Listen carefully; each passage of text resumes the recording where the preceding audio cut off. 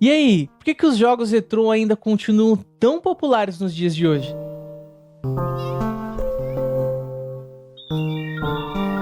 Fala galera, beleza? Diego aqui. Eu já trago mais um vídeo pro canal e a gente vai falar sobre um assunto que tá em voga todo esse tempo aí, desde o início do canal até agora, que é por que os jogos retrôs estão tão em alta assim, são tão comentados até mesmo nos dias atuais, né?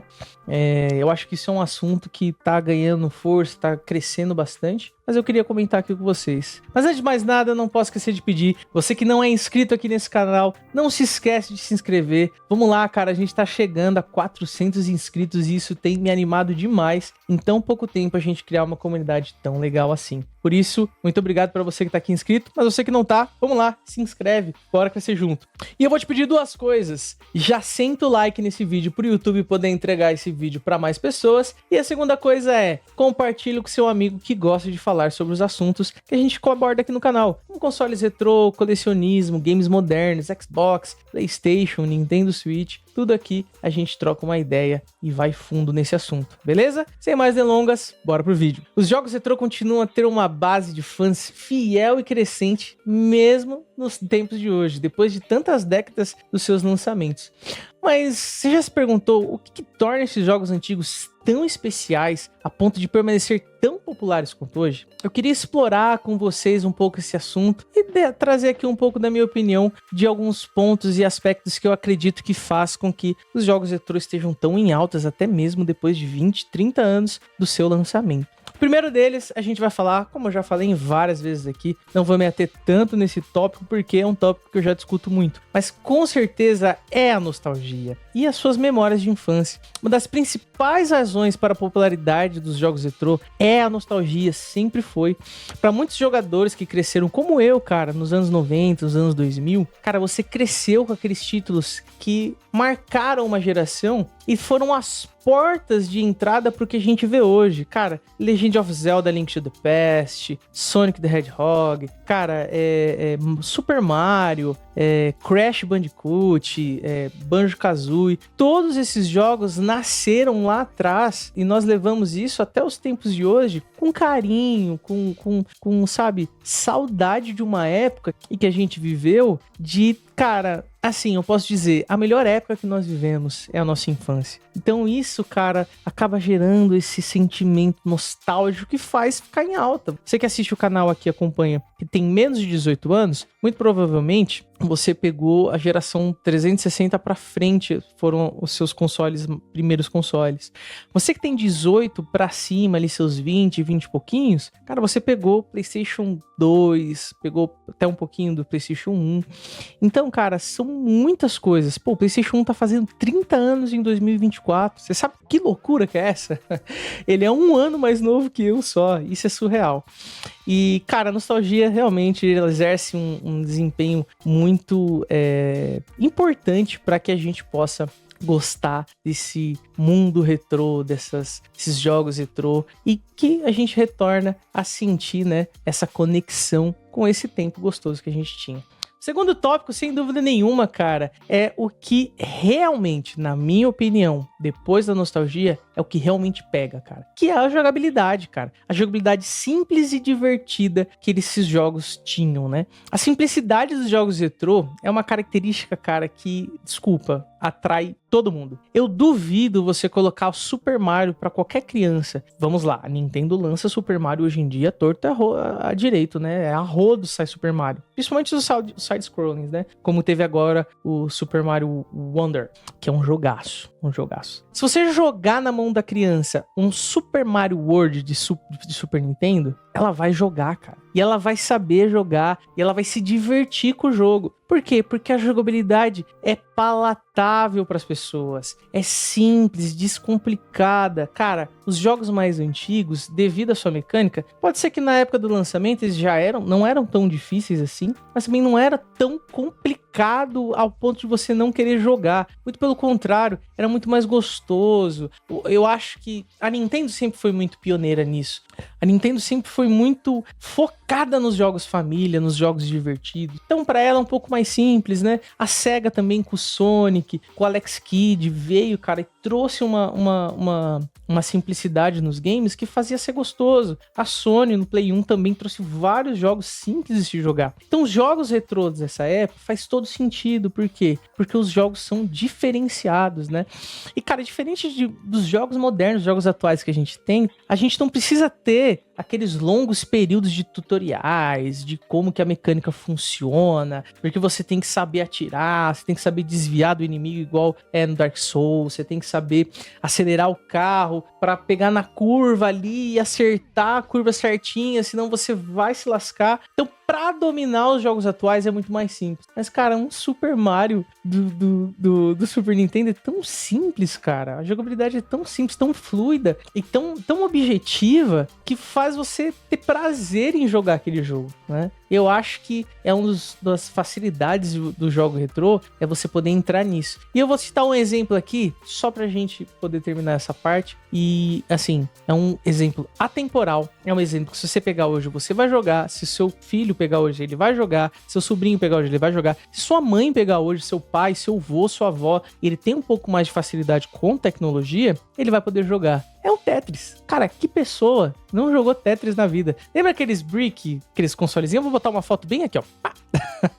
Desse jogo. E você vai ver que quando você tinha aqueles minigames, sabe? Pô, cara, Tetris era uma delícia de jogar naquilo. Então, é simples. A facilidade traz esse ar tão atual pros games retrô. E é o que faz os games retrô estourar, como nos dias de hoje. E E o terceiro ponto, e eu acho que um ponto assim que tem a sua peculiaridade e sem dúvida nenhuma é algo tão importante quanto a jogabilidade, é a arte, é o desenho, cara, dos jogos. É incrível o quanto o conceito dos games retrô, principalmente da era 8 e 16 bit, eles fazem com que os jogos sejam lindos, palatáveis, deliciosos de se ver, de ouvir, de jogar, né? Por quê? Porque eles têm um estilo visual e musical muito, mas muito diferenciado dos jogos atuais. E eles existiram muito bem ao tempo, cara.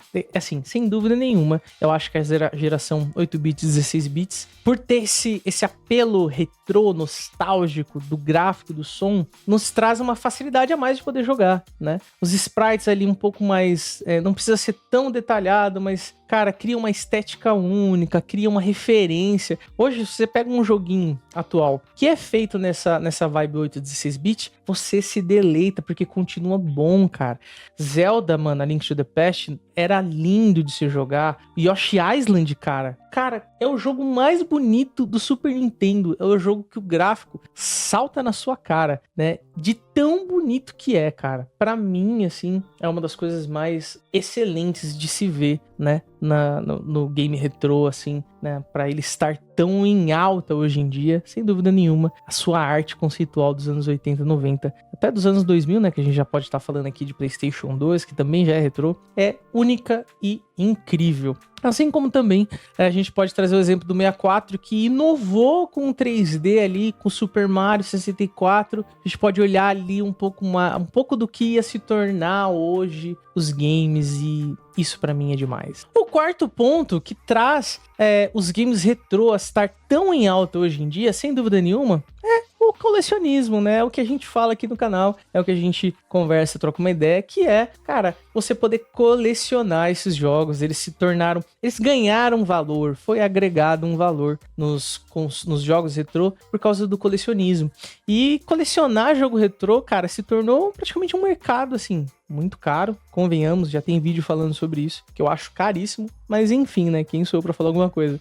E isso é um problema, mas isso acaba gerando e criando um movimento que faz com que as pessoas abram os olhos pra isso, e eles querem fazer parte disso. O ser humano é movido por pertencer a lugares, pertencer a grupos, pertencer a convívio, uma roda de convívio de amizades. E com certeza o colecionismo conecta as pessoas. Cara, eu tenho trocado ideia aqui com vocês aqui no comentário. Tem pessoa que eu sigo que, cara, eu assisto os vídeos e hoje me segue de volta, que fala sobre colecionismo, fala sobre games retrô. E essa conexão que a gente tem é além de apenas uma conexão humana. É porque porque a gente gosta da mesma coisa, a gente divide isso. Sem dúvida, isso cria uma conexão. Então, quando você fala sobre o colecionismo, o valor dos cartuchos, o valor de ter ali aquilo, com certeza agrega a tá tão em alta isso. E, cara, óbvio, a gente tá falando de valor, mercado, mas não é só sobre isso.